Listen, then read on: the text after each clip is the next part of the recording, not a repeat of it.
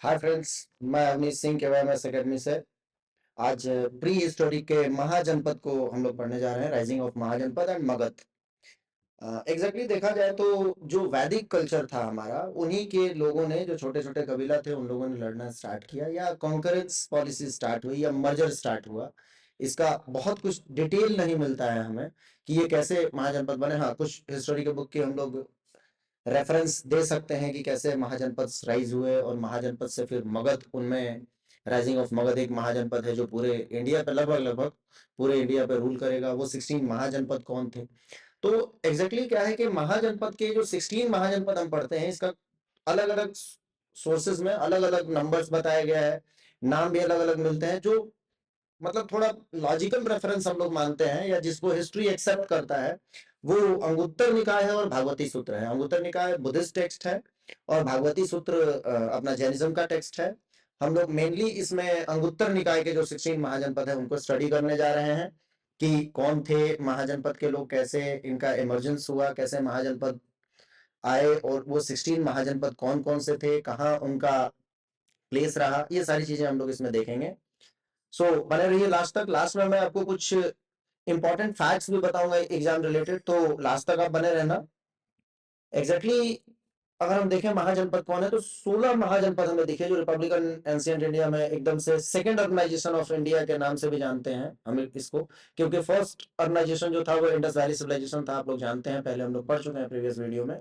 अगर आपने नहीं देखा तो जाकर के फर्स्ट सेकंड करके हम लोग स्लॉट वाइज डाल रहे हैं इन वीडियो को, तो आप देख सकते हैं उसमें कि कैसे इंडस वैली सिविलाइजेशन एक अर्बनाइज सोसाइटी के साथ आगे बढ़ा, और फिर उसके बाद आर्यंस आए, वैदिक आर्यंस, और फिर उन आर्यंस लोगों ने फिर से सेकेंड अर्बनाइजेशन देखने को मिलेगा हमें यहाँ पर महाजनपद जनपद।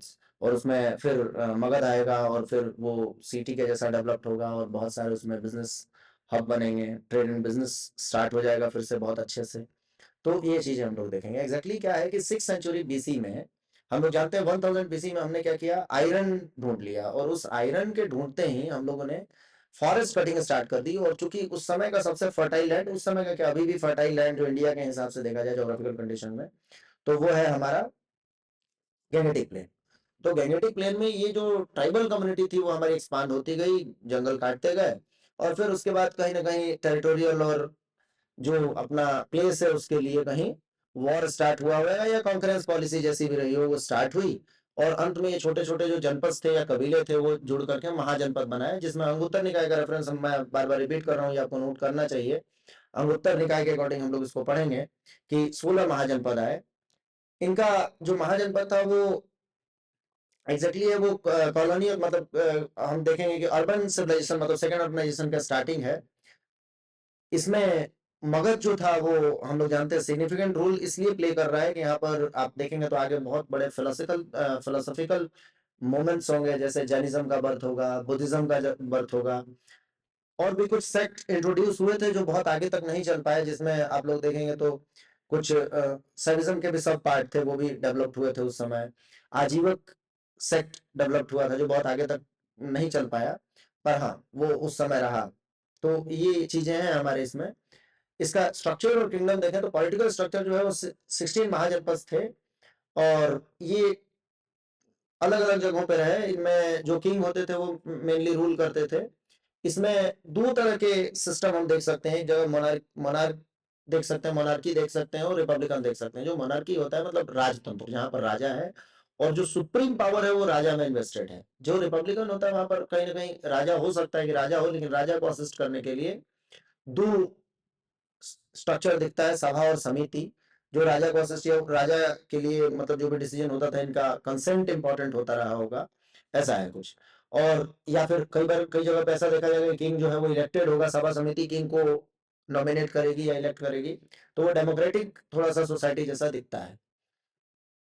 मगध को अगर हम देखें तो ये गंगा और सोन रिवर के बीच में है। यहाँ पर हम लोग मगध को बीच बीच में डाल रखे हैं, हालांकि आप अलग से भी मगध पढ़ सकते हैं, कोई इशू नहीं है। मैंने इसको क्लब करने का कोशिश की कि इंपॉर्टेंट फैक्ट एक साथ हम लोग कवर कर लें।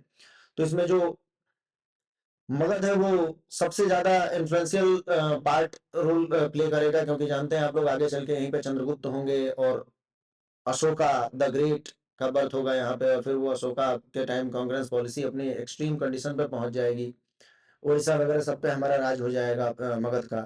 तो ये एग्जैक्टली बिहार में था जो मगध है ये, और ये गंगा सोन रिवर के बीच में लोकेट करता था एट दैट टाइम। धीरे धीरे ये लगभग लगभग पूरे इंडिया को कॉन्कर करेगा। काशी जो जानते हैं आप, आज जो वाराणसी है उसको काशी के नाम से पुराने लोग बुलाते हैं। अभी भी आप किसी ओल्ड पीपल से मिलोगे तो वो यही बोलेंगे कि काशी जो है वो बनारसी जो है वो काशी ही है। तो ये ट्रेड और कल्चर का एट दैट टाइम हब था। इसमें आपको ये भी पता होना चाहिए कि कॉटन टेक्सटाइल के लिए बहुत फेमस रहा। मतलब कॉटन की खेती यहाँ पे बहुत अच्छी हुआ करती थी।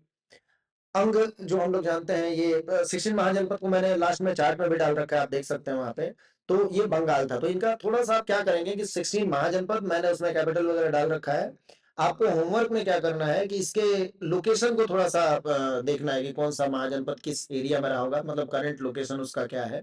जैसे कि अभी किसी स्टेट के एग्जाम में ऐसा पूछ दिया था कि साउथ का एक सिंगल जो महाजनपद था वो कौन सा था। तो ऐसे भी क्वेश्चन कई बार हमसे पूछे जा सकते हैं कि एग्जैक्टली एक ऐसा महाजनपद जो साउथ में रहा, तो वो अशमक था।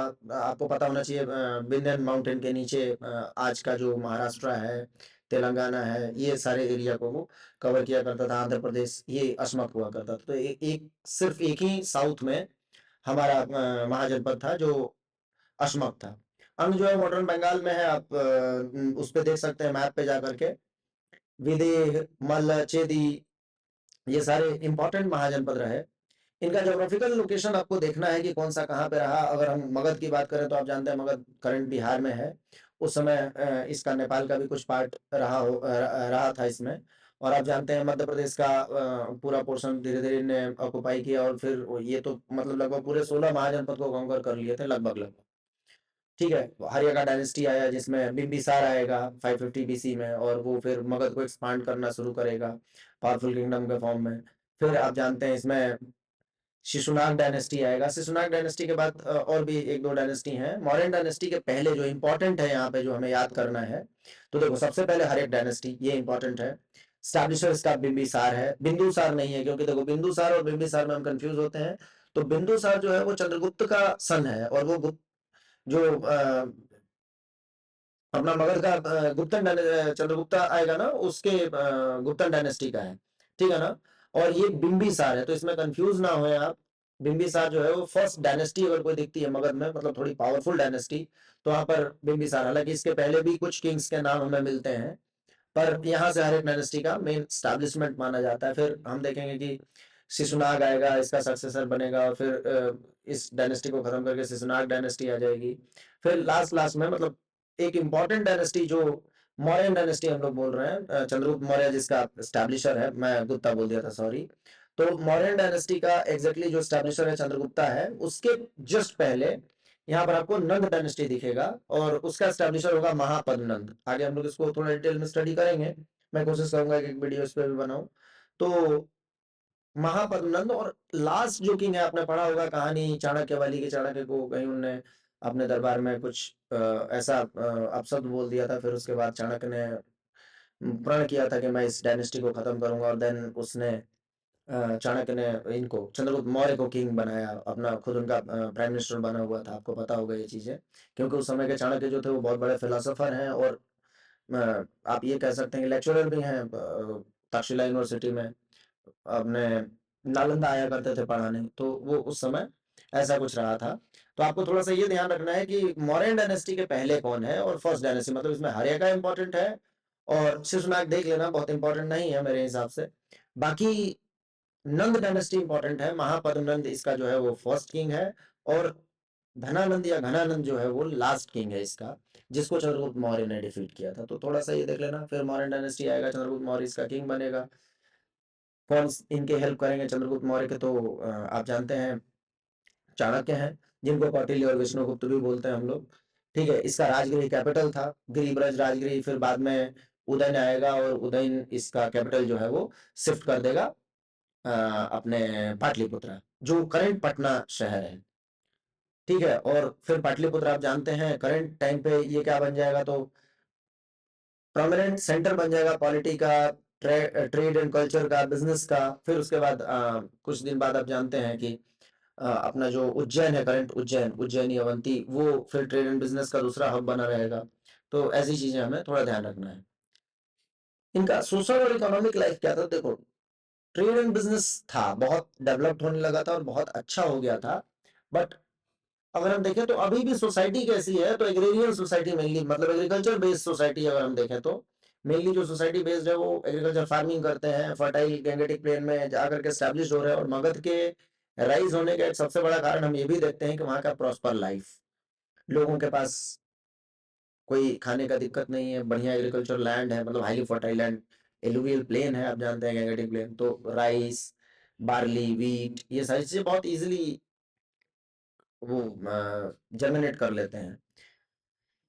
ट्रेड पूरी फ्लरिश हो जाएगा, क्योंकि पूरी तरीके से फ्लरिश हो जाएगा, क्योंकि आप जानते हैं कि यहाँ पर मगध जो है वो दूसरे स्टेट्स को भी कॉन्कर करने लग जाएगा, और उसके गैंगेटिक प्लेन में ही उसका पहले इनिशियल स्टेज पे एक्सपांशन होगा।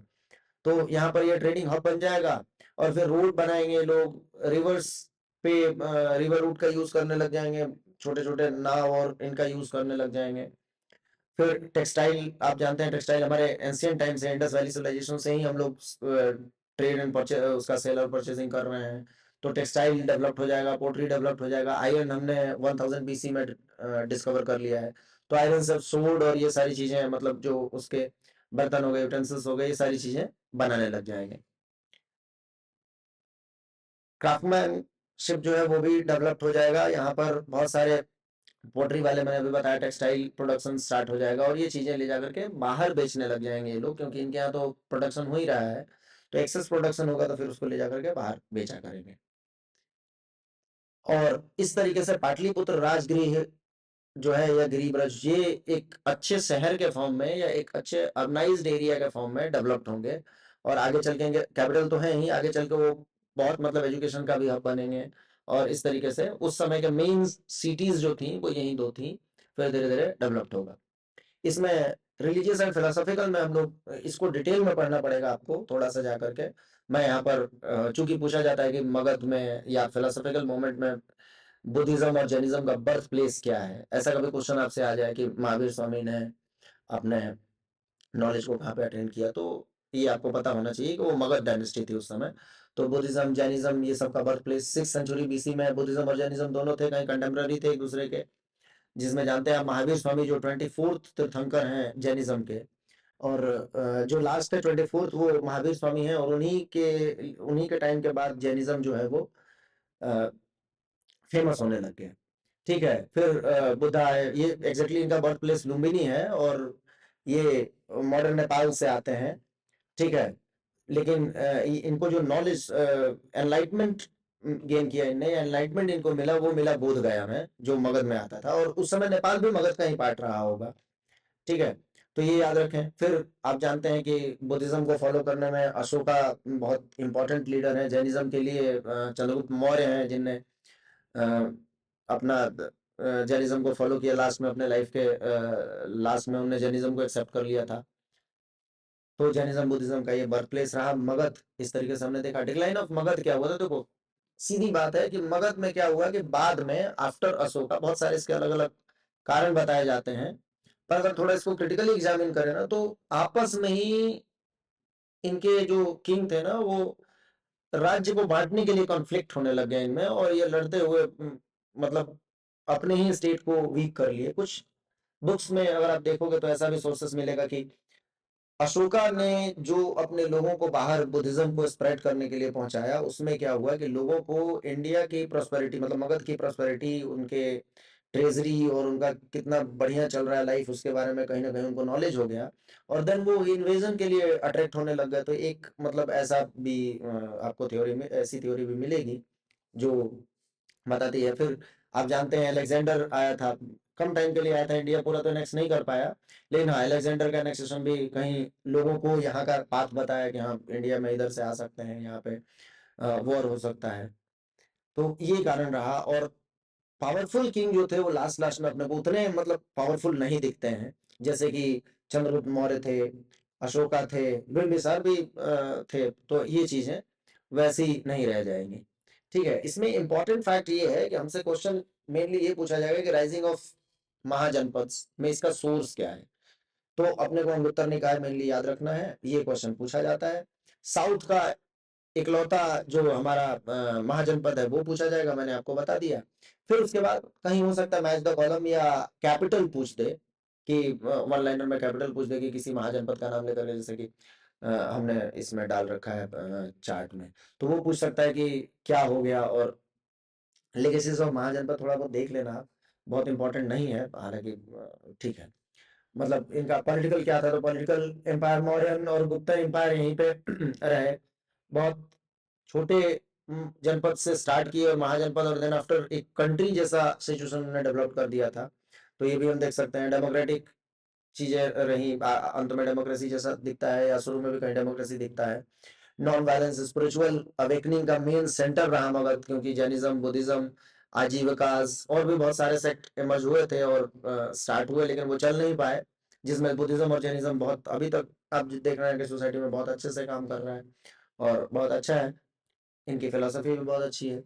तो ये इसके साथ इंपॉर्टेंट फैक्ट में हम ये देखेंगे कि इनके कैपिटल पूछे जाते हैं। जैसे महाजनपद में इंपॉर्टेंट फैक्ट में हमसे पूछा जा सकता है कि अंग का कैपिटल क्या है, तो वो चंपा है। मगध का क्या है, राजगृह है। फिर वजी, वैशाली इसका कैपिटल है। मल्ल का कुशीनगर, कुशीनगर जो अभी है, या पावा, ये पूछा जाएगा। पावा इंपॉर्टेंट, जैनिज्म बुद्धिज्म में भी इसका इंपॉर्टेंस है। काशी, वाराणसी आप जानते हैं, कौशल, श्रावस्ती, वत्स का कौशंबी, चेदी का शक्तिमाती या सुक्तिमाती, ये पूछा जाता है, कई बार एग्जाम में पूछा गया है। कुरु का इंद्रप्रस्थ, दिल्ली के पास वाला रीजन। पांचाल, अहिशत्र और काम्पिल्य, इसमें अगर दोनों ऑप्शन में हो तो आप, चूंकि ये दो नॉर्थ और साउथ दोनों हैं, तो आप ध्यान रखना दोनों ही लगाना है, या फिर जनरली जो मेन कैपिटल था वो अहिशत्र था, तो ये थोड़ा सा ध्यान रखना। मत्स्य का विराटनगर, सूरसेना का मथुरा, अस्मक का पोटली या बोलाना बोलते हैं इसको, अवंती के लिए उज्जैनी, जो करंट उज्जैन है अपना मध्य प्रदेश में, वो रीजन आएगा, या माहिष्मती, ईस्टर्न अवंती का। तो इसमें भी वेस्टर्न ईस्टर्न ने बांट रखा था, महेश्वर माहिष्मती और उज्जैन उज्जैनी, तो ये एंशियंट नेम भी है। गांधार का तक्षशिला आप जानते हैं, एंशियंट मोस्ट यहाँ पर अपना यूनिवर्सिटी है, तक्षशिला यूनिवर्सिटी। कंबोज का ये जो है, ये राजपुत्र ने, ये एग्जैक्टली हाटक है, राजपुत्र और हाटक दोनों मिलता है, तो कंबोज का अगर आपको दोनों ऑप्शन हो तो हाटक आप लगाएंगे, ये करेक्ट कर लेना आप। कंबोज का जो कैपिटल है वो हाटक है। तो ये हमारे पूरे 16 महाजनपद हैं और उनके हमारे कैपिटल दिए हुए हैं। तो ये मैच द कॉलम भी आ सकता है, वन लाइनर में भी आ सकता है, इनका ज्योग्राफिकल लोकेशन थोड़ा सा आप देख लेना। And thank you, all the best, पढ़ते रहें।